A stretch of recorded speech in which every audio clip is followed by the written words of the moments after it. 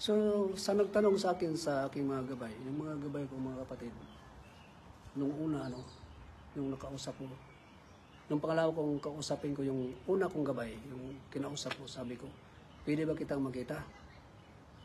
Total, gumagabay ka naman sa akin. So, kung pwede, makita kita, sabi niya. Nakita mo na kami.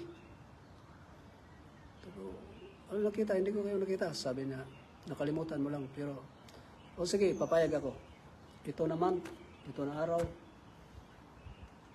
maghanda ka, magpakita ko sa iyo. Sabi sa akin.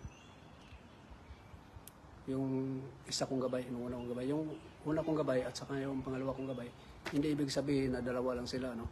Marami yan sila, hindi mo yan mabilang. Alam ko kung ilan sila, sinabi sa akin. So, marami, hindi mo mabibilang. So, dalawa lang yung makausap mo.